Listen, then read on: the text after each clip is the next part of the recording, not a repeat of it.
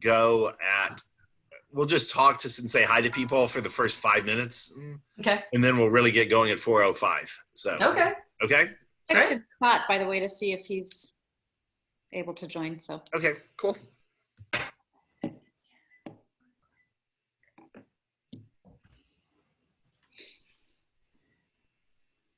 Hey, everybody. It's a challenge. Oh, God. Hello. Hello and cheers. Exercises you missed. Cheers. Oh, I know. Oh, it's Diana. Cool. You need some wine. Yes, indeed. So we got a lot of people joining right now. So give us about 5 minutes or so and we'll get started. But feel free to fill your glass and chat with everybody. And Yeah. I'm here while I can be. I have to get Truett to football practice. not a problem. There's Scott. This is really Yeah, awkward. Scott got here. Awkward is what they should describe as. Daddy, is girl Nina? Yeah, it's Nina. Daddy, does this look right? How are you, She's a Scott? girl. Doing good, all things considered. Good. Good girl. Yeah, how about you, sir? I'm doing well, thank you. Enjoying some Chardonnay. So That's good. Well, thanks for letting us join you this afternoon. I'm happy to do it. We'll get it going in about 3 minutes or so. Is that we still got people signing in? So Perfect. It makes it feel like a Friday. It's only Tuesday. This is nice. Yep.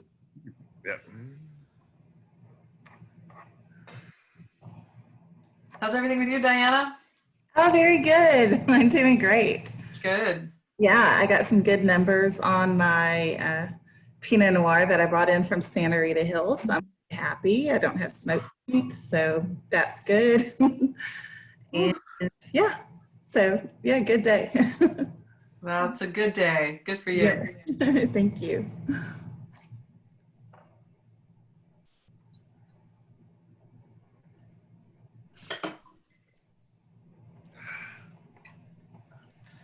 Adam, I'm drinking some Grenache I found in the kitchen. Perfect. Nice. It's a little Like that wine just shows up sometimes. yes. All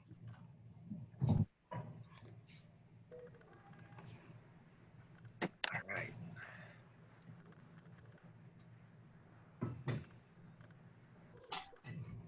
All right, let's give it about 2 more minutes and then we'll get started here.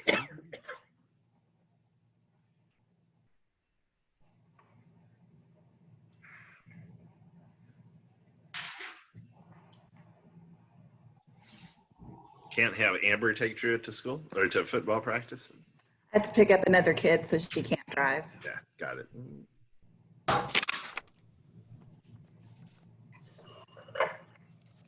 But yes, that was my plan originally. Post Grenache driving with the kids, it's good. One glass. I'm a professional. I can do that.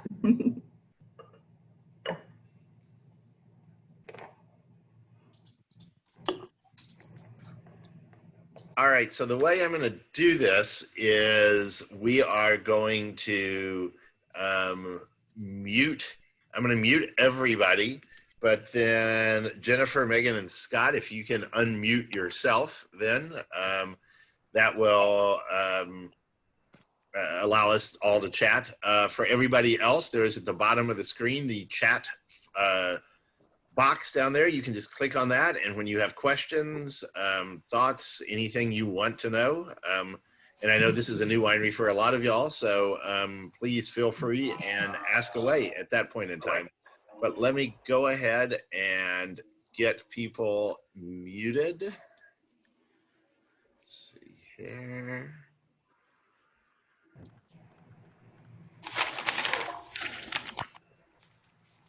This is John. Audio. Okay. All right, so Megan, Scott, Jennifer. let me know when you all are all unmuted. Unmuted. Good. Perfect. All right. So welcome, everyone. I know we'll have some more people continue to join us, but thank you for coming.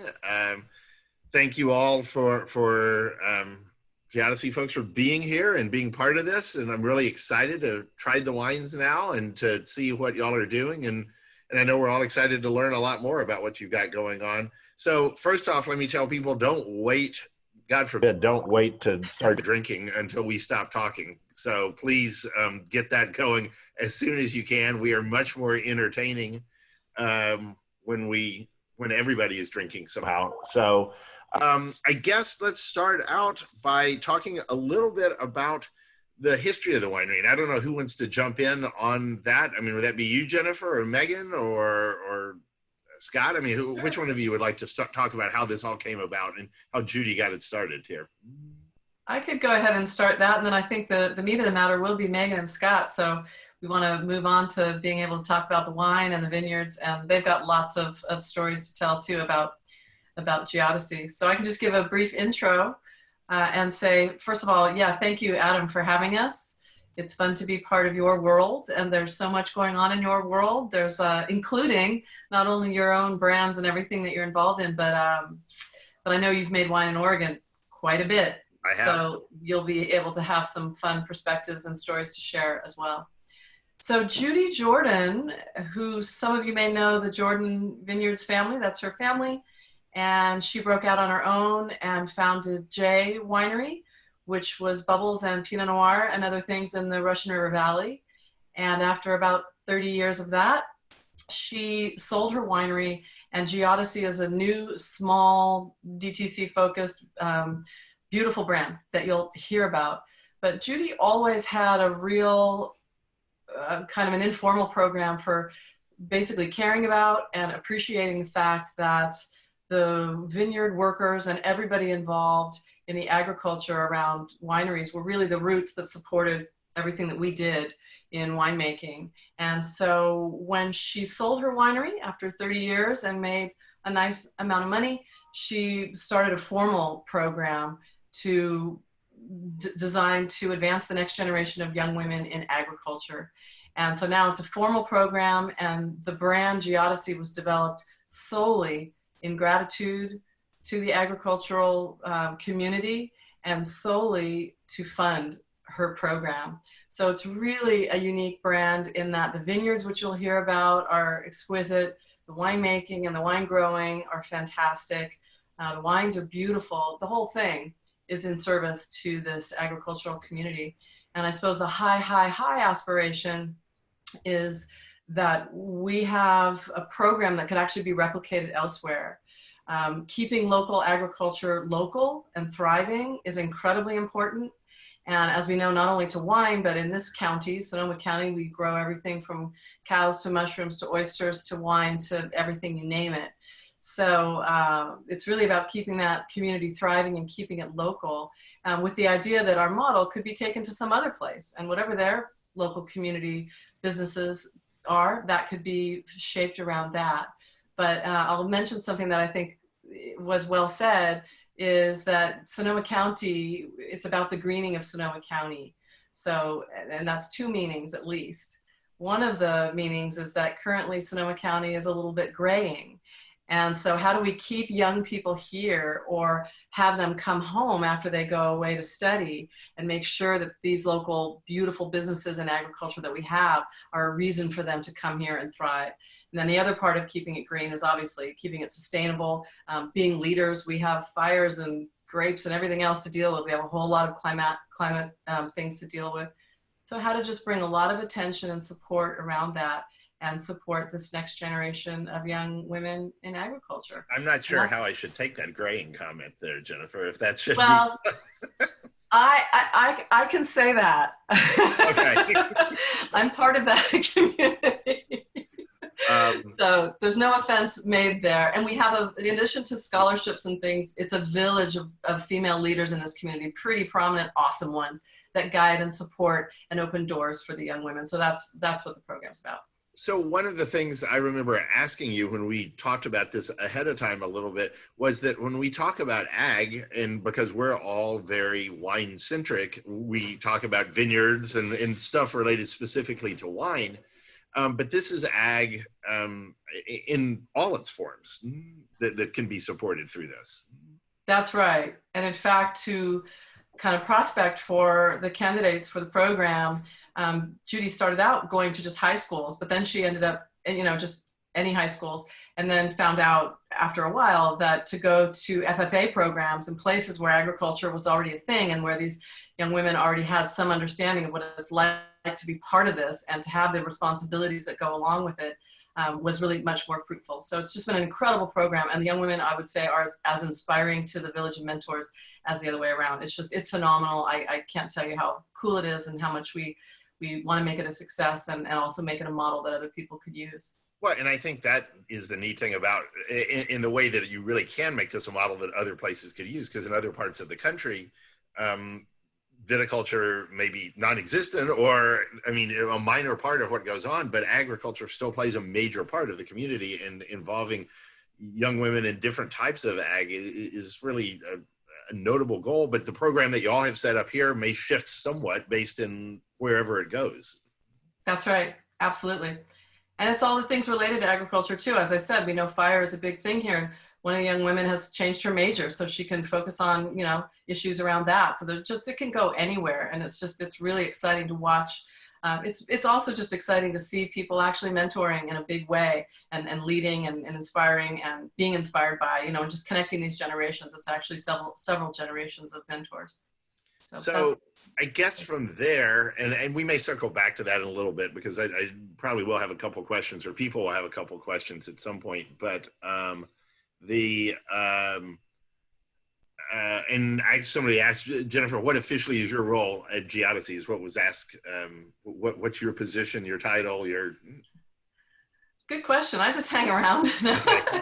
I was actually working for somebody else. I'm a consultant. I've been the VP of Sales and Marketing for a number of wineries in the area, Napa and Sonoma. And I was actually employed by somebody else, and the project was so inspiring. I just said, can I go consult for them? Because that's amazing. And so that's how I came on board, was just really to help promote and market what's going on and help, extend the awareness. So from there, let's kind of get into vineyards, I guess, a little bit. And this, we'll get into vineyards and winemaking and probably geek out and lose half the audience here at some point in time. But we'll start on the vineyard end of things. And really, I guess, Scott, the vineyards, explain locations. Obviously, you've got a couple of vineyards up in Oregon and then one in Napa. Tell people who are maybe not as familiar with the Oregon landscape exactly where the vineyards are located, some of the history behind those. Yeah, sure. Thanks, Adam. And so to kind of springboard off of what Jennifer was talking about. So after Judy sold Jay in 2015, she was looking into what to do next. And luckily there were a couple diamonds in the rough for us to go and kind of prospect and to polish. And so we found 2 vineyards in Oregon in the Willamette Valley. And specifically in the Chehalem Mountain area, which is more in the North Valley. And then in the Eola Amity Hills, a vineyard called Eola Springs Vineyard. And that's in the southern part, but kind of mid valley, so kind of near Salem. And just very beautiful, just picturesque vineyards, and really heritage vineyards for the Willamette Valley. Chehalem Mountain Vineyard was planted by Dick Erath in 1968. And there's still some of the original material that he planted that he got from Carl Wente. And then the Eola Springs Vineyard was planted in 1972, first with grapes, with Vitis vinifera, for Chardonnay and Pinot Noir. Again, at that point in time, Carl Wente was the best thing going. So they got stock from him, and there's still some of the heritage selections of Pinot and Chardonnay that were sourced in 1972. So really these amazing vineyards that, coming from the Russian River, we were like, wait, what? This is available? Like, how is how has nobody like jumped on this? So we felt really lucky to be able to have the ability to kind of continue the legacy of these two vineyard sites. And then, go ahead. We'll get into Napa here in a minute here, but Oregon is fascinating for me and for Diana because we started getting fruit from the Chehalem Mountain area in 1995. Oh, so awesome. Been up there for quite some time. I think actually we worked with the person, I think there have only been 3 owners, right, of the Chehalem Mountain Vineyard. Judy and then George Hilberry. George Hilberry, we worked with quite a bit. George managed vineyards at Hawksview Winery, where I was the consulting winemaker for a while. So exactly. George very, very well there. So it's a small world.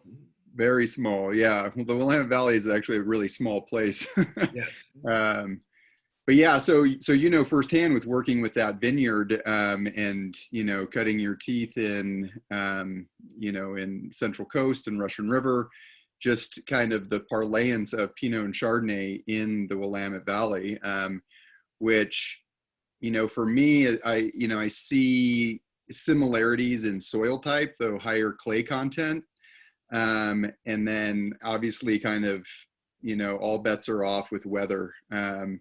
You know, we see these like real kind of idyllic, kind of long days, long maturation, and then September hits and we get 2 inches of rain and it's like, oh, whoa, wow, this is different. We used to joke that Chehalem was a Native American word meaning can't get it ripe because it seemed like that was the case for the first. We started in 95, 96, 97, and those were 3 of the most challenging worst years in Oregon history. And it wasn't until 98 that it was like, okay, now we see what works and why it works there. And it's changed a good bit. I think I notice more climate change in Oregon, things being on the edge. I mean, it used to be 1 out of every 4 vintages was worth doing, basically. Then it became like a 50-50 thing where every even year was great and every odd year was screwed up. And then lately, I mean, they've had a string of absolutely fantastic vintages, with 19 being a little more challenging, but still fantastic years. Yeah, well, and it's interesting, you know, about ripening. When we got up there, I wanted to play around with some of the clonal selections that have been really successful for wineries that I've worked with down here. So taking, for instance, for Pinot Noir, taking Clarice, Swan, some 943, and some other kind of, you know, these like heritage selections that we're used to here that are shot selections, kind of smaller berries, because a lot of what we see up there are these really big kind of production driven clones. You know, this year we saw something that we hadn't seen in other years up there with those selections, where it got really hot before Labor Day and we started seeing those little chicks and hens with the little chicks just really kind of get fried a little bit or at risk of getting fried. So it's really interesting to see the kind of the not only diurnal but kind of bifurcation that vintage really drives up there. I also don't think enough is made of the length of daylight in the middle of the summer and how that changes. I mean, really the season is fewer numbers of days most of the time compared to California, but they get about the same amount of sunlight. And it's because the length of the days in July is a good almost 2 hours longer than we deal with here. Yeah, no, I remember first going up there and like I'm used to getting up with the sun and going to bed with the darkness, and you know, started hearing birds chirping, you know, around 4 o'clock in the morning, and I was like, this is a little weird. Yeah, I remember a certain place in Dundee, Oregon called Lumpy's that I would find, a dive bar that I would find myself in, and I would leave a little drunk and it was still daylight outside, and that didn't make you feel that good about yourself. When if you leave a bar and you're a little drunk and it's dark outside, it's okay, but when it's still daylight outside, you feel like you've done something wrong somehow. And Lumpy's was that kind of place for me. And that just reminds you the length of daylight. And then the grower would say, let's meet at sunrise in the vineyard. And that was far earlier than I really wanted to get up at that time. So it's just the abuse of Oregon between the rain and the sunlight and Lumpy's. yes. But the other thing is the Chardonnay selection. So we did take up some of the shot Wente selections to Chehalem Mountain, and that's actually what our Chehalem Mountain Chardonnay consists of. And just find it beautiful. And then the Eola Springs Chardonnay that we make as well is old vine, so stuff that was planted in 1972. So explain as well. I mean, it's kind of interesting because the Eola Springs Vineyard, and I have more experience with Zena Crown, but I mean, same basic area, that type of thing. The Van Duzer corridor really cools down that area. I mean, it's a little further south and actually a little further inland, it seems like, in some of the Chehalem Mountain areas. But because of that Van Duzer corridor, it really cools things down. Yeah, I mean, it's interesting because a lot of people kind of to parlay it to people who may be more, kind of California centric or Russian River centric, and making the parallel of like Gap's Crown and the Petaluma Wind Gap, where you kind of have those winds that come off of the Pacific and really cool things down. And what we found up there too is it dries things out really quickly too. So you get an inch or so of rain, which by Oregon standards during harvest that's a blessing that most winemakers view up there. And then we just get great airflow that comes in.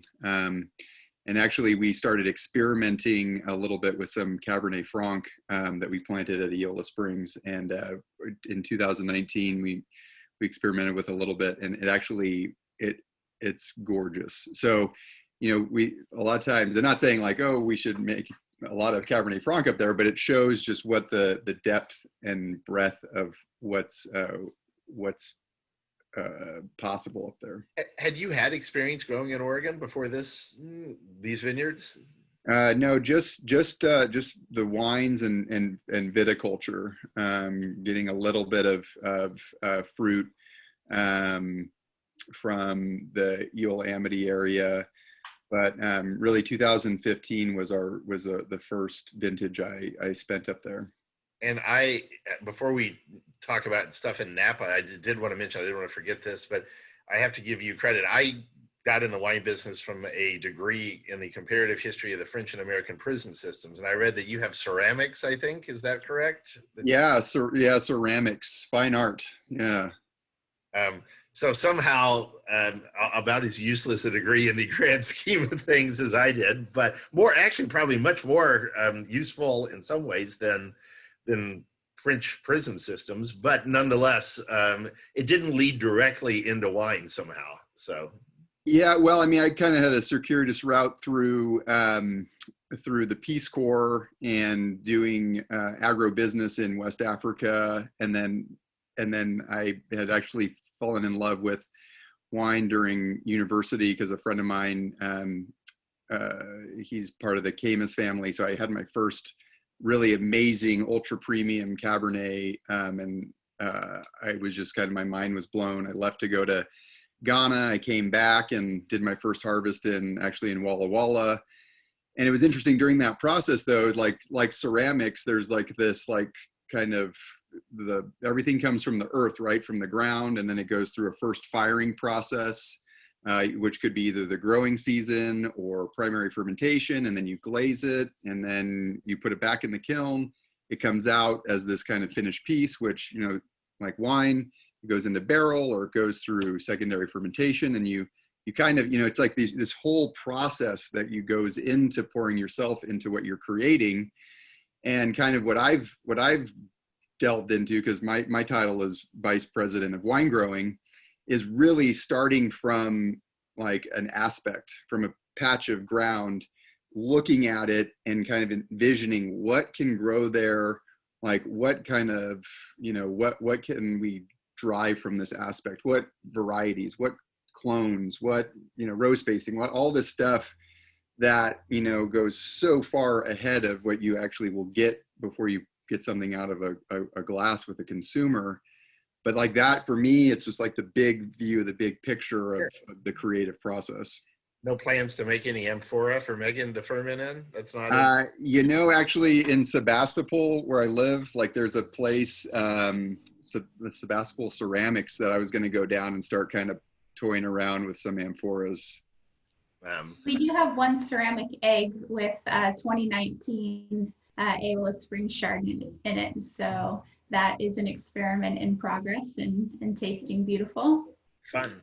So Megan, real quick, and I mean, Scott, we'll get back to Napa Valley Vineyard in a minute as well, too. But this is the second Chard I've had. I'm drinking the Chehalem right now. But what I noticed on both of the Chardonnays is this kind of purity to them, agile on their feet, not plodding, not heavy in any way, but just wonderful fruit, but a nice edge, crispness, and a very clean character. I think they're really fantastic and really designed. I mean, I'm enjoying sipping it, but I'm thinking more about what I'm going to be cooking afterwards in some ways. Oh, thank you. I'll take that as a compliment. I think I'm in the wine industry because of an appreciation for food and just family meals, talking about food and cooking. But yeah, it's been really inspiring as a Sonoma County, Napa Valley winemaker to have the opportunity to go up to Oregon, working with Scott. You know, we had worked together for 10 years at Paul Hobbs Winery. Prior to Scott leaving to work for Judy, and then Scott actually recruited me for this project and toured me around the vineyards. And if the bones of the vineyards weren't there, paired with Scott's farming, I would not have jumped ship to come on board with this amazing project. But once I saw the vineyards, I was pretty much sold. But yeah, so going up to Oregon and having an opportunity to make Chardonnay and Pinot Noir, you know, being a California winemaker, I think so much of the time, the wines are just very fruity. There's just huge fruit density. The wines lead with fruit. You know, I'm a very holistic winemaker, native yeast, unfined, unfiltered, lees stirring, minimal sulfur. We could talk, again, we could really geek out on all of this stuff a little bit later on. I on. promise you, some of these folks would love that. So yeah, good, bring it on. But, you know, so very holistic practices, but I think that the wines are very modern. They're very, like you said, pure, pristine. But, you know, we had the benefit of hanging fruit and these nice warm years, 17 and 18, of getting some hang time in Oregon and actually ripening and having beautiful fruit density. But that kind of takes a backseat to like some savory elements or, you know, just like the fruit is peak ripe and super fresh, instead of being like a canned pear or a golden delicious apple. You know, the alcohols are still over 14%. You know, I'm not a huge fan of overly fruity or overly ripe wines, but I think that a wine can be balanced at, you know, a Chardonnay at 14.5 or even higher alcohol. Again, it's about that fruit profile and the concentration of fruit. But there's just beautiful acidity. We do a ton of lees stirring to finesse out, you know, a lot of textural elements in the wine. And that wine's actually at about 60% new French oak, but that oak is very integrated. So again, we're just layering in another structural element and another kind of flavor component, but it's not, it's integrated. It's not, you know, edgy in any way. So with Chardonnay, that's probably an area that I see more potentially the winemaker's hand in it. And I mean, as you said, you're very hands-off, but I mean, Chardonnay, I've always compared, and I've been a crappy white winemaker most of my life. I've always compared it to more like baking. Well, red wine is a bit more like cooking, and it's no insult to me that I don't do white wine well. I mean, great chefs have pastry chefs. It can be a different art or craft, really, to do white wine compared to reds in some ways. To me, California, and again, this is a broad statement, but it does seem, I mean, I'm amazed that this is 60% new French oak, because it doesn't come across as having what I associate in California with that type of oaky 60% new French character to it. It's funny that you say that. I'm a cook, and I, in some ways, very much despise baking because I don't like to follow a recipe. I'd like to balance as I go and just find the freshest, best ingredients possible. White wines are definitely challenging to make, and I think in a lot of ways, you know, as we could say about sparkling possibly being like a whole nother bracket. Like I wish I knew all of the nuances of making sparkling white wine. Does have a few more like facets in the process, I feel like, than red wines oftentimes. I mean, there's just, you know, the phenolic in the skin. I think we could press something quickly, tank ferment it, but certainly the winemaker, and on Chardonnay specifically, there's so many decisions to be made throughout the process. I think the winemaker's thumbprint on that varietal can be pretty significant in the overall style of the wine. You mentioned unfiltered. Is that true on the white wines as well? Yeah, absolutely. So yeah, easier for the white wines. So you had mentioned the acidity and the freshness of the wine. And these wines, you know, as we mentioned, they hold the oak so beautifully. They're also 100% malolactic fermentation. So all the malic acid is converted to lactic acid. That fermentation is not halted, and yet we still have, you know, beautiful freshness and really bright acidity in the wines. And I think for me, that's like one of the most appealing things about Oregon. I crave acidity. Although I have to admit, in tasting other producers' wines, sometimes that's taken a little bit too far. I just tasted some Oregon wines last Friday, and I thought, my God, I'm going to be craving this acidity every day now. But at what cost to like kind of the breadth and the mouthfeel of the wine? So it would have been cool to see that as a trial, to see them back off of that a little bit and just see what else would occur kind of mid-palate on the wine. I've done a lot of Oregon Chardonnay tastings with some of that in mind and trying to get a feel for where things are.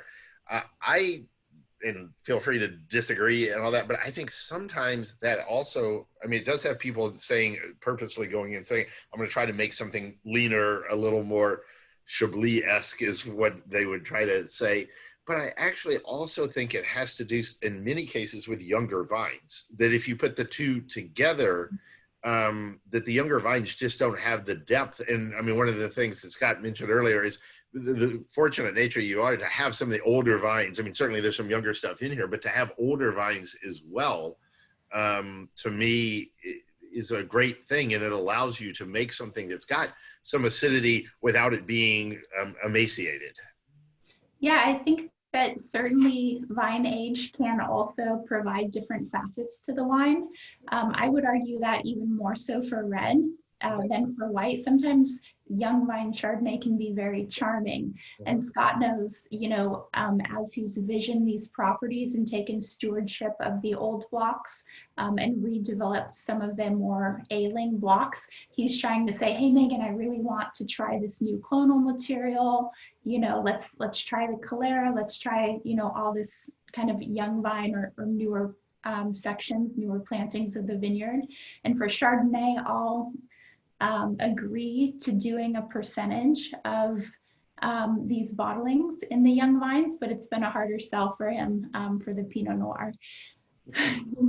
But I think though too, you know, one thing that you know we're talking about is building that texture through phenolic ripeness, and I feel like a lot of what Oregon has in terms of its you know clonal material to date has been kind of the Dijon selections, and then also some clones of Chardonnay that came up that may not have been well fitted for Chardonnay production in Oregon because they are seen as production clones, like Clone 4, for instance, or 108, that are just these big honking clones that you just can't get ripe. And And so people were trying to press it, and then they would press it too hard, and then they would get these overly phenolic wines, and they're like, oh, you know, we hate these phenolic wines.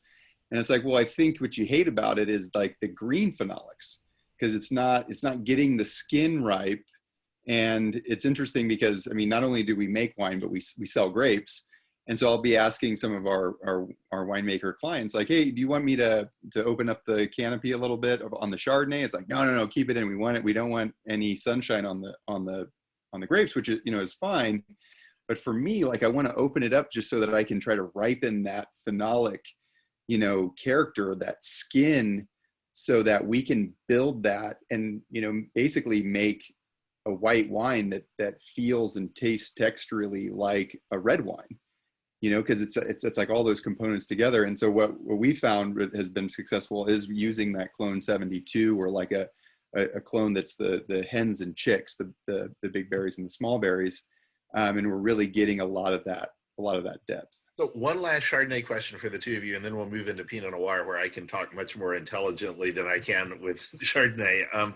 But I have noticed when I did these Chardonnay tastings in Oregon Chardonnay specifically, that there is a movement amongst certain producers, and I can only imagine it is purposeful, to very reductive Chardonnays. I've had quite a few of those right now, which quite frankly, I find somewhat off-putting. I love that yours does not come across at all reductive to me. It comes across, as I said, very, very clean. I just think the reduction on some of these, it's almost like they're trying for Chablis acidity with Merceau reduction, and I don't find that that's working particularly well. And that's me being overly critical, perhaps. But I didn't know what your thoughts were on that movement right now. I mean, it's pretty interesting. I'll just pop in quick because going to some of the Chardonnay technical tastings in Oregon, and you know, there's definitely people trying to make more of that like reduction and reductive style. And in some cases, I think it works. I think, like, for me, I really like that noble reduction where there's just kind of like a whisper of it, but it's not like the main, you know, the main thing that's hitting you over the head. And, you know, you're just giving that little bit of protection onto the, you know, on the bouquet of the wine. But like, you know, it's funny because Megan and I have been talking about it, and we're like, if we could tweak anything as we're going through, it's like, let's just tweak a little bit more reduction, but we get more reduction from a barrel, like a high toast reduction, to get that kind of noble reduction, as opposed to something that was coming through from a fermentation or a stress fermentation or something like that. So yeah, I mean, it's like all of these things, right? I mean, I feel like we've got all these little levers on the equalizer as we're trying to get things, you know, to that right warm sound and warm feeling as we get it towards presenting it to a customer in a glass.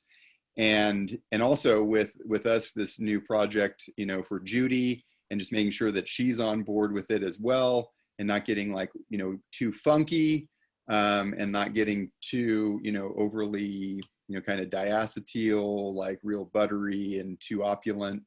And so I do feel like we've really kind of honed in kind of our style, and I'm really excited where it's continuing to go.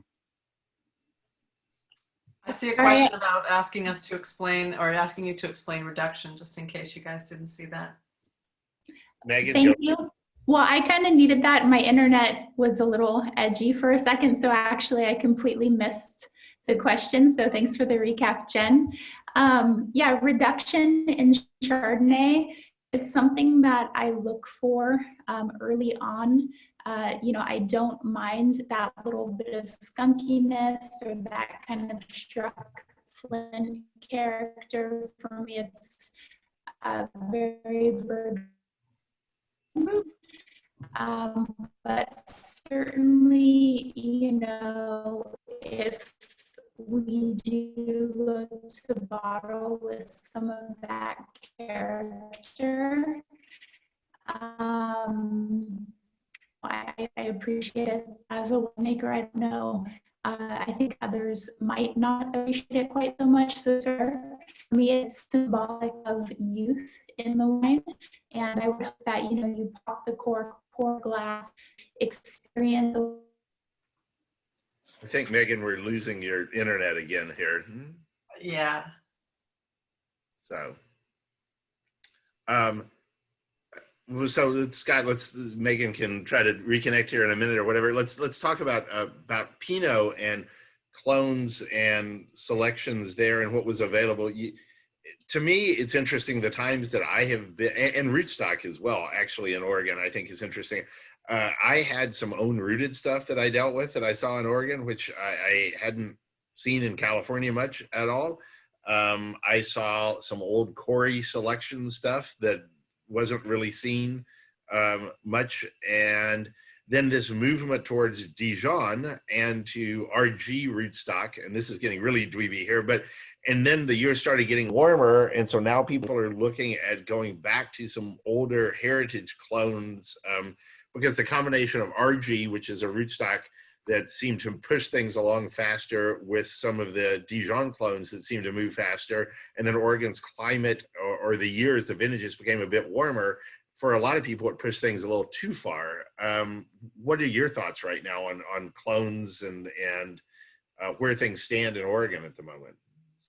Yeah, that's a great question, and we've got a pretty diverse palette of things that we have to work with and that we have got planted. So we've got everything from own rooted, like Pomard and 115 on fairly wide spacing, 12 by 6, and some own rooted Badensville. Mm-hmm. And it's interesting because when we purchased the Eula Springs vineyard, everybody was like, "Oh, you're gonna have to deal with the phylloxera issue there and all these other things that are going on there." And so we were like, "Okay," and we approached it like that. And this stuff is all dry farmed as well. We've planted some newer stuff that is more on kind of a modern footprint, and we do have irrigation installed on those vines. But what we're finding that there's much more issues with trunk disease because of Oregon just being a basically veritable playground for fungal infection. And when we're pruning in the rain. So there's nothing you can really do to prevent it. And we've been trying to mitigate it with applying like a fungicide after we go through to prune. But what we've seen though is that can cause a lot of issues with vine stress and a lot of like uniformity issues. So what we've seen is not only is there a difference in the clonal material, so we've got kind of the classics of Oregon Pinot, which I would say primarily are Badensville and Pomard and then Corey, and who's where that came from, it's still kind of up in the air. Some people think it may have come from Alsace, but these kind of larger production clones, and then the Dijon selection, so kind of 114, 115, 777, and 667, and then kind of a wave of people trying to experiment with some things that have made vineyard designate level wines in California, like Calera and Swan, Pisoni or Bauge Romani, that has a lot of different names, 943, and then playing with some different rootstocks. And so like I've tried to play with things in terms of soil texture and type, and then kind of clonal type to rootstock. And I think there's just a lot to learn, because since we've been up there, we've had pretty much, some pretty amazing vintages, like you had mentioned, Adam, from, 15 through 18, were just these really warm, beautiful vintage where you're able to get, you're really not stressed to get, peak ripeness from fruit. Whereas last vintage, we had early rain, which a lot of Oregonians were like, "Yay, this is great. This is like finally a vintage we're used to, so that we can get maybe some wines that are a little bit more expressive and lower alcohol." And so, you know, we're kind of, as a grower, I'm just trying to have my, you know, my larder, you know, filled, or my toolbox filled with these different, you know, tool combinations or wrench sizes, or Allen wrench sizes. We're both metric and, you know, and standard. So we're still seeing it, but, you know, trying to see what's going to be the best in these different areas. But, you know, so far, for something that's more expressive, we've definitely liked, you know, the addition of the shot selection, the Calera, and then, but seeing like I think our favorite fermentations have been ones that have been co-fermentations of like three clones that will co-ferment together. Megan, I mean, your thoughts on clones, and I mean, how much stuff do you keep separate, or are you able to? But then obviously you do some co-ferments, that kind of thing as well. Yeah, so you know, we don't have a winemaking facility up there. So I think the wines that you're drinking were actually made at Lingua Franca, Okay. which is great because they have small concrete tanks and very tiny stainless steel fermenters. And I think where we've landed was, you know, since we have the entire vineyard to kind of walk and taste and cherry pick and really start kind of the blending concept in the vineyard, and even Scott's like redeveloping and planting clones according to how we think the texture on these final Pinot Noirs will come through. I've really liked being able to access the vineyard, taste, take things that I think are at peak maturity at the same time and co-ferment those in small open top concrete tanks. So, you know, texture is so important for me as a winemaker, and I think really the epitome of that is Pinot Noir. You know, you want that suppleness, that velvety, that granular character in the tannin. And I think the earlier you can marry those different structures from those different clones of Pinot Noir, you know, the better. And I think similar to what we have experienced here in Russian River, you know, I'm a fan of Calera, Swan, Mount Eden. The textures are different and unique in Oregon, but I think that a lot of the same logic can apply if you're looking for peak ripeness. I mean, my definition of peak ripeness is different in each of these locations, but the indicators, the seed being a little more brown and the texture, kind of the hardness of the brown seed when you bite into it versus, you know, a green seed and the flavors that you get. These are all, you know, the same kind of fundamentals, no matter where you're making wine. Yeah, and you know, there are differences, and I want to ask you a little bit about 2019. I mean, I'm drinking the 2018, but 19 was a much more Oregonian year. But one of the things I noticed in this year, in 2020, in dealing with some things, was that you could almost tell when things were ripe certainly without a refractometer, without any of that kind of thing. But you could tell when you were crushing up a sample and it started to throw a little bit of color, it was ripe this in 2020. And that's not always the case. And sometimes it really doesn't make all that much of a difference, or there's no correlation between other factors. But this year it began to taste, it didn't even begin to taste ripe. It almost was like one of those years, for me at least, that I crush it up and you could look at the color and say, this is kind of ready to go, versus others. And that doesn't happen very often, but it did happen this particular year for me. So I think all of these factors go into ripeness. It's not as easy as looking at a refractometer by any means and saying it's ripe or not. And I think that's kind of been, you know, the interesting part of Oregon is, you know, the skins and the ripeness of the skins. And, you know, I think in Pinot Noir, a lot of times, and this is kind of coming from, you know, a Cabernet production hat or focus or lens, is that, you know, we're always thinking of like, oh, we don't want to over extract too much, you know, from this, but, you know, Pinot Noir, we can, you know, it's fine. We're not going to have an extraction issue. And in Oregon, like I've been surprised at the extraction level of skin tannin. Yeah. And so like one thing is just trying to figure out, like, you know, how to ease that in, how to, you know, and we don't have, you know, we don't have the luxury of what we have in California, where most of the time, like your skin tannin it ripens much faster than a lot of things, and where Oregon, we got thicker skins, and it just takes a little bit longer, or you just have to be real gentle in that extraction process. But Adam's also tasting the 2018 vintage. Yeah. So I agree with Scott that these Oregon Pinots are pretty big Pinot Noirs. There's a lot of tannin. Those skins are thick. There's a lot of color, a lot of phenolic. But in addition, in 2018, we had the tiniest Pinot Noir berries I've ever seen in my life. And I don't know, Adam, if you would agree with that. You know, when we first fermented the wines, I've never tasted a more structured Pinot Noir in fermenter than the 2018s were. And it was amazing to watch them age over the course of 14 and 15 months, to see that elegance and that finesse. Kind of finally that tannin resolved, and it kind of worked itself out.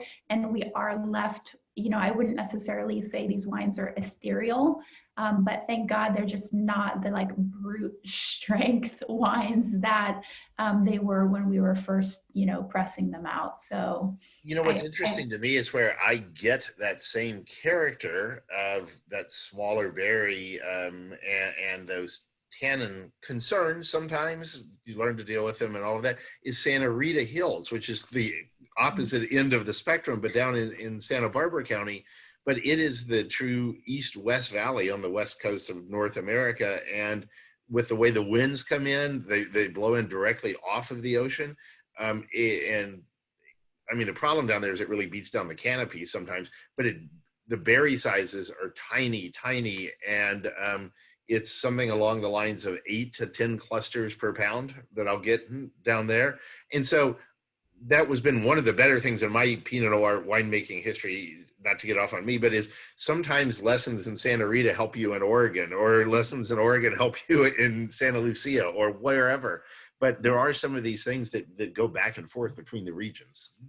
Absolutely. Well, and I'd also say that, because I know we're going to talk about sage, my God, it's so inspiring to go somewhere new and kind of vision or revision what you're doing as you think it pertains to those sites. So, you know, winemaking is a very scientific process, but I think that, you know, Adam, Scott, we've had the opportunity to turn it into a creative and an artistic process. Kind of what is our choice interpretation of the nature that we're seeing, you know, in these sites.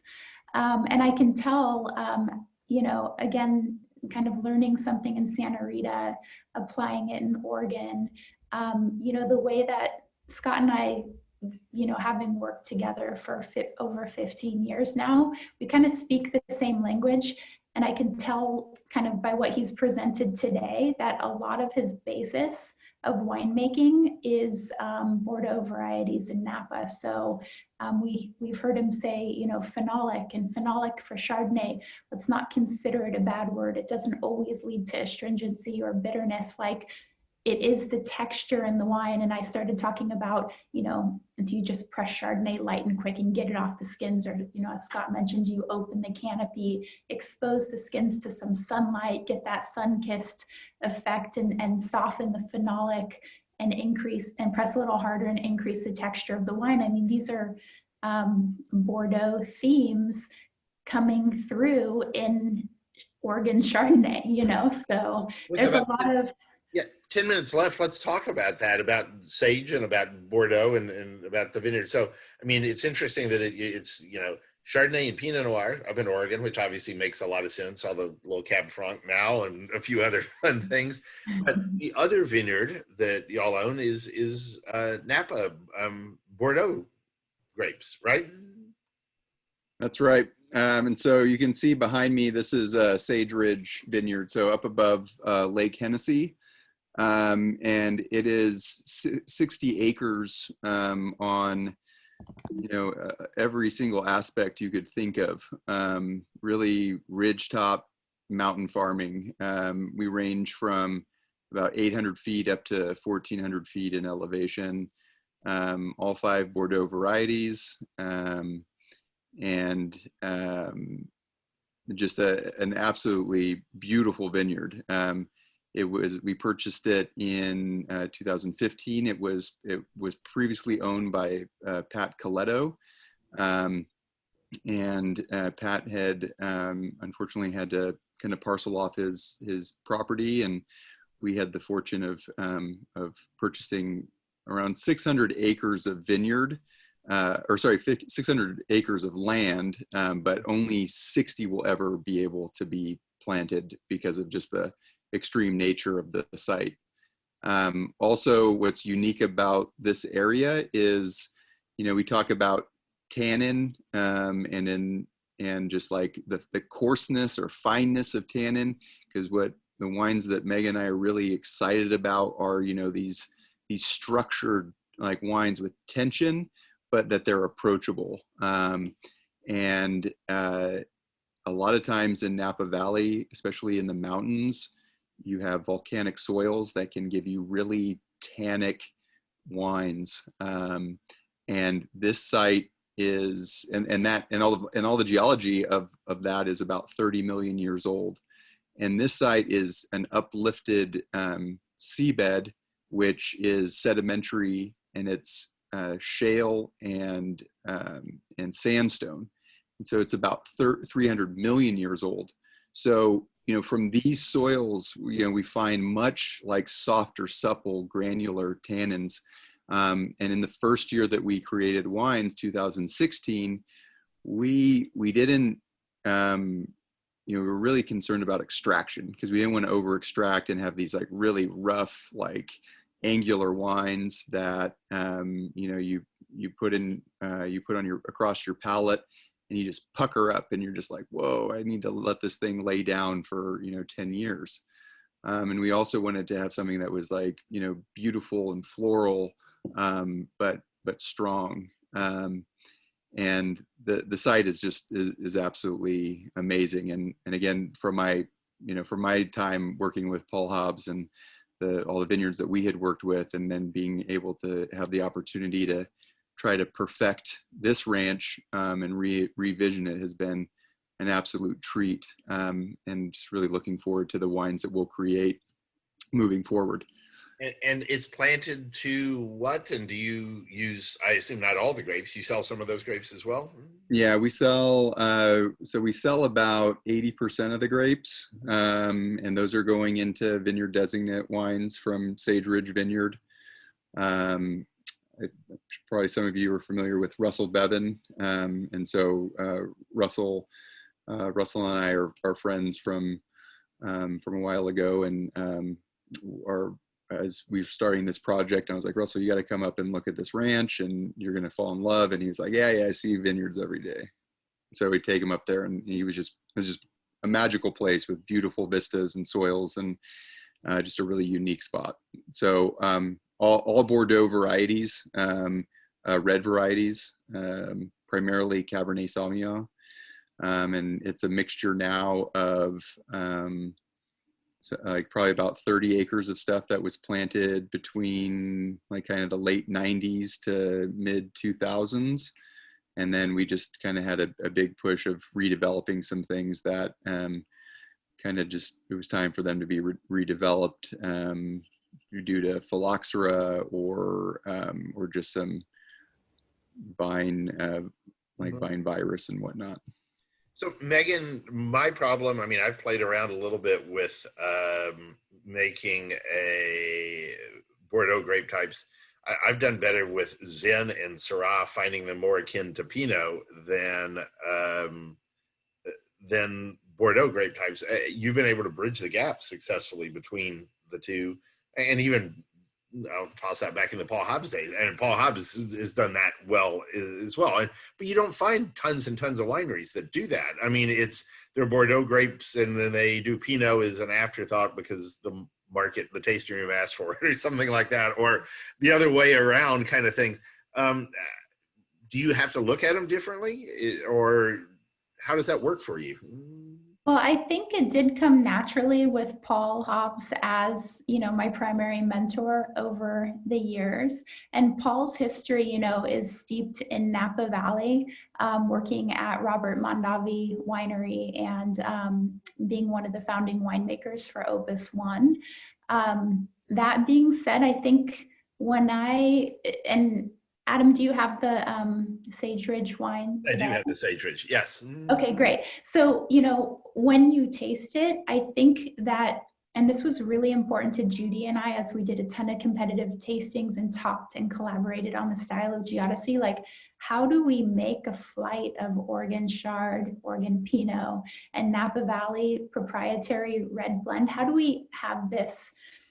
Like we need to have each site speak for itself, but we do need the wines to kind of also speak the same language. And I think that as a winemaker, freshness, I don't want, over ripeness. I want peak ripeness. I do want some fruitiness. I don't want too much fruitiness. First and foremost, I want the wines to be texturally complete. I want them to be an experience. When you're tasting them, I want them to be like cerebral. This is a luxury, program. And I think that I want the wines to be balanced. Again, I do crave acidity. I want the phenolic to be ripe. I want the texture to be polished, whether it's Pinot or whether it's Cab. And I think that surprisingly, even to myself, like we have achieved this, and the wines, they do make sense as a family together. I think some of the fundamentals are the same. And, I've had a lot of tasters, and I take this as a compliment, say, the way that you make your Cabernet Sauvignon, it has the balance and it's light on its feet and it kind of has the etherealness that I would expect of a Pinot Noir. So again, the yin and the yang, I don't know exactly how it works, but I wouldn't give up one for the other. I mean, I'm a kid in a candy store when it comes to making wine. So I think that whether we're learning something about Chardonnay from Cabernet Sauvignon, whether we're learning something about Russian River because we're newly inspired in Oregon, I just think that it's about creativity. It's about just always continuing to learn and just, Mother Nature throws us different challenges every year anyways, right? So it keeps us on our toes, and I think it keeps us kind of young and fresh and relevant in what we do. There was or has been a movement amongst some Napa cabs to get like very ripe and fairly sweet, and this wine doesn't come across that way at all. Nor would I want it to. And I know that you've had your conversations on alcohol. Yeah. The alcohol on that red blend, and granted, it was a conscious decision to make a proprietary red blend inclusive of all 5 Bordeaux varieties that are planted at the estate. We could have bottled the Cabernet Sauvignon. We could have followed the pack. But to honor that site, because these are site-specific wines, I felt like, no, we've got the 5 Bordeaux varieties. Let's make a blend of all 5. Sorry, what was your question? I kind of got off on a tangent. No. It doesn't come across in this. Yeah. That a lot. Alcohol, yeah. And it's in the high 50s. It's about alcohol almost. It's a combination of alcohol, extraction, and I think pure out oak and RS, honestly. Well, yeah, and that's at 100% new French oak. It's bone dry. As Scott said, my experience with altitude winemaking, Bordeaux winemaking in Napa Valley was Stagecoach, and I don't even want to touch those wines for 10 years on volcanic soils, the tan and the structure. It's just these ridiculous kind of like huge wines. But I think it's all about, you change one thing, you need to change everything that you do, because it's all about balance. I've made Napa cabs upwards of 16% alcohol. But they had the structure and the body, and just because the alcohol's higher and it's adding kind of more volume to the mouthfeel and more sweetness to the mouthfeel, you're harvesting in the high 28 bricks, doesn't mean that the pulp on that berry was cooked, right? Like you can still have freshness separate of like how high your alcohol is. So the only reason I bring up alcohol is because I think that that gets a bad rap. For me, it's not about what percent alcohol you're at. It's about the condition. We've talked so much about the tannin and the structure and the seed, but man, the other part of it is keeping the pulp on the berry super fresh, right? And like the heat that we have in California tends to dehydrate, or I should say in Napa Valley does tend to dehydrate the pulp, and it cooks the pulp and it yields these beautifully structured, super velvety, super granule, beautifully structured wines, but that fruit is cloying and it's ripe and it's in your face and it's like this blockbuster thing. I think that, you know, Judy and I, that's not necessarily what we wanted. That being said, Scott and I, you know, did extract the 2017. It is a little bit more ripe and extracted than that first, the first go that we had making the 2016 that you're tasting tonight. No, I mean, I think it's showing incredibly well and really neat, and not something that I would find myself really knowing how to make. My experience with Bordeaux grape types has been very, very different. Real quick, I guess before, and we're getting near the end here, and I know, Megan, you've got to go actually sell some wine. The most joyous part of winemaking, going out and selling wine instead of making wine. I guess between the two of you, I mean, Scott and Megan, both of you, and then Jennifer, I'll rope you in at the end, but this is unique, this venture where it is, I mean, making great wine is not unique. A lot of us all work towards that. We're fortunate to be part of a community that works towards that, growing great grapes, doing all of that kind of thing. But the fact that you are doing it and that the proceeds are going to a cause like this. I mean, obviously there's desire to be successful, and a lot of places are successes decided by how much money is made. In this particular case, it's how much money is made for an incredible cause. And does that change, and I guess ask all three of you, does that change the dynamic of how a winery works in any way, shape, or form? Go for it, guys. Any comments? I mean, as a winemaker, for me, it's easy. Again, I want to find projects where the bones are there, meaning the vineyards and the wine growing, the partnership with Scott. I mean, you know, agriculture, we're a small community. These relationships mean so much, but also where I'm allowed creativity, and where quality is like no holds bar, right? Where you have ownership that is dedicated to do what needs to be done to achieve your vision for the winemaking. So, I mean, as you can see, I'm creative. I'm also very type A. I think Judy has allowed me the expression and given me everything I need to make, you know, these amazing, you know, ultra premium, ultra high quality luxury wines. So, but it does feel better than any other wine I've made. I mean, I love sharing the wines, and the fact that these have that purpose behind it is like amazing. Yeah, and Megan, if you have to jump out, feel free. Yeah, I think I will do, you guys. Thanks for having me. Thanks, Megan. Sorry about the technical difficulties. We need to figure out a time for us to socially distance and grab a meal and drink between all of us and talk about wine. That would be fun. I would love that. Take care. Thanks very much. So I think for me to answer the same question, you know, it's like it's kind of a dream come true with kind of just my past and my path to where I am today. Just having worked in the Peace Corps and like, you know, giving that part of my life to that project, to, you know, to that community.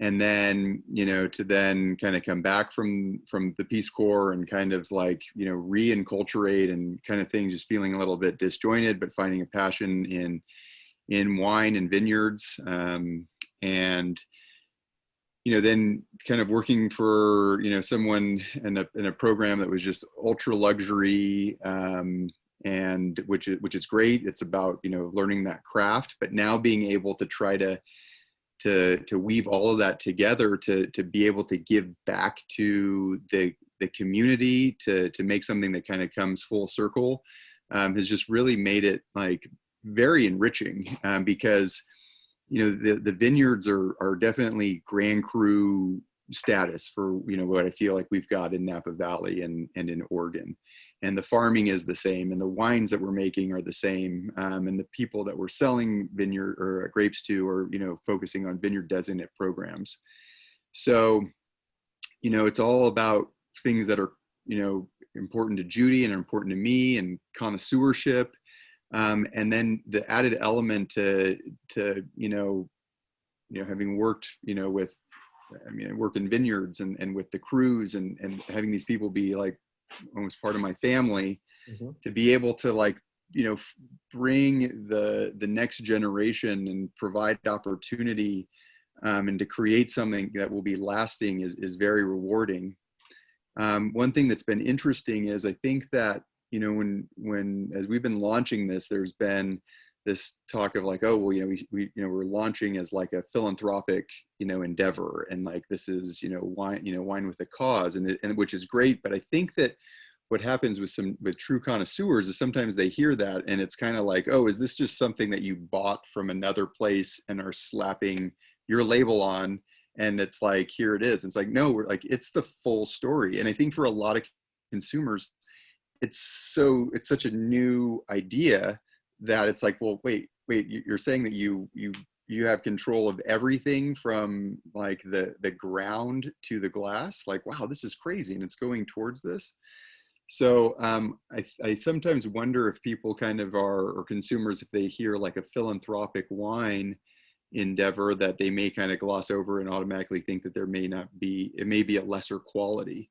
Yeah. When it's like, no, we're like, we are the estate. We're like, taking all of the cream, or we're taking like the fillet of everything that we're producing. So. Sure. Yeah. Jennifer, you want to add anything before we let everybody go and watch the World Series? So. Well, I'll make it quick. They expressed it well, and I'll just say, since you guys have mentioned a little bit of personal stuff, I'm a singer, songwriter, and performer and musician from LA who waited tables and became a wine steward and got fascinated with wine and had great mentors and studied French literature in college. And I'm about people and relationships and community and art and all of that. So to come full circle, having the privilege of working for great brands that I've worked with for a long time, as I told you, this thing was just like, what? It gets to be all of that. It's just extra layers of joy, and it's all real, and it's just so easy. It's like, yeah, this is just a big yes for me, and it is unusual, and it's beautiful. People, wines, quality, everything. And I'll just end by, I am thrilled. There's a lot of great things about Clarice. Clarice has been great, where we've done a lot of these tastings, a lot of things along this line. But and I've involved a lot of people that I know, and I know their wines. Being able to involve someone who I didn't know the wines, and learning myself from talking with Megan and Scott and you, Jennifer, and learning about not just what y'all are doing here, but more perspectives on winemaking, and actually the idea of us getting together again and going out and grabbing a meal someplace out in West County somewhere or something like that, I think would be really beneficial and kind of the beginning of something more. And maybe that's more important than one Zoom call on one Tuesday night. That's one of the greatest things about the wine business that we kind of lost at some point in time, where we're too worried about shelf space. But this is something we can all do together, and this would be a lot of fun. So let's try to figure out a date that we can make that happen. So yeah, all in. Great. Thank you, guys. Appreciate it very much. Thank everybody. You can unmute yourself. Thank you, everyone, for being part of this today. Cheers. Yeah, thanks for having us. Appreciate of course. it. Thank you. Cheers. Hi, Gwen. Bye. Thanks, everybody.